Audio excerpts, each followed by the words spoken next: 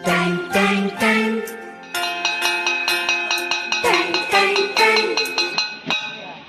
कभी न गिरने में नहीं है, बल्कि हर बार गिरकर उठ जाने में है।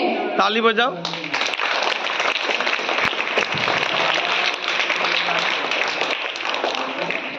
जैसे हर रास्ते में पर कुछ ना कुछ परेशानी होती है, वैसे ही हर परेशानी का कुछ ना कुछ रास्ता होता है। बहुत अच्छा, ताली बजाओ। सुनो और इससे कुछ सीख मिलेगा तुम लोग, ठीक है। समय की कीमत। बहुत समय पहले की बात है। एक गांव में एक बूढ़ा आदमी अपने बेटे के कारण बेहद परेशान था। उसका बेटा नालायक था और कामचोर था। वो ना पढ़ाई करता ना काम को जाता। दिन भर गांव में इधर उधर घूमा करता और अपना समय यूं ही बर्बाद किया करता।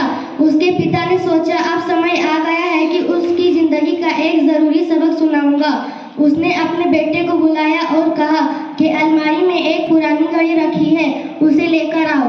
वह उस घड़ी को लेकर आया। उसने कहा कि इस घड़ी को बाजार में लेकर जाओ और सबसे इसकी कीमत पूछो।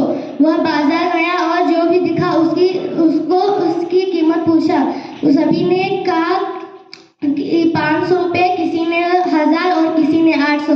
वह वापस आया और अपने पिता को बताया कि सबकी राय अलग अलग है। किसी ने इसकी कीमत ज्यादा बताई और किसी ने कम। पिता बोला ठीक है, इसे अलमारी में रख दो, कल इसे फिर निकालना होगा। अगले दिन उसने अपने बेटे को फिर बुलवाया और कहा कि उस घड़ी को लेकर आओ। वह उस घड़ी को लेकर आया। उसने कहा कि इस घड़ी को बाजार में लेकर जाओ और इसमें जो समय चल रहा है उसकी कीमत पूछ के आओ। वह हैरान हो गया। अपने पिता की बात मानकर दुखी मन से बाजार में गया और सबसे उसकी कीमत, उस घड़ी में जो समय चल रहा है उसकी कीमत पूछी। सभी ने उसे अजीब नजरों से देखा। किसी ने उसे पागल कहा और किसी ने उस पर हंस दिया। दुकानदारों ने उसे अपनी दुकान से भगा दिया। आखिर में वह एक बूढ़े घड़ी साज के पास गया। उसने उससे वही सवाल दोहराया कि इस घड़ी में जो समय चल रहा है उसकी कीमत कितनी है।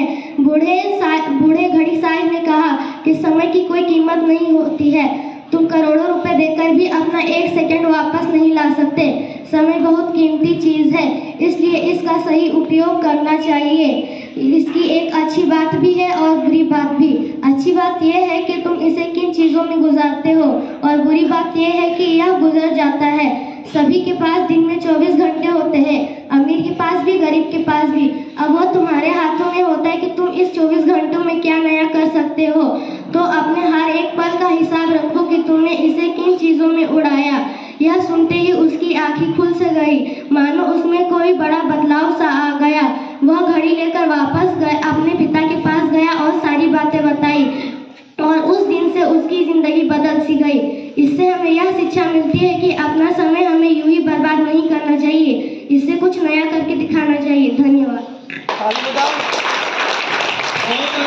जो आप इनसे समझ में क्या आया तुम लोग को कि हम लोग को समय ऐसे ही बिताना नहीं है। जब हम लोग स्कूल आते हैं तो स्कूल में पढ़ाई करना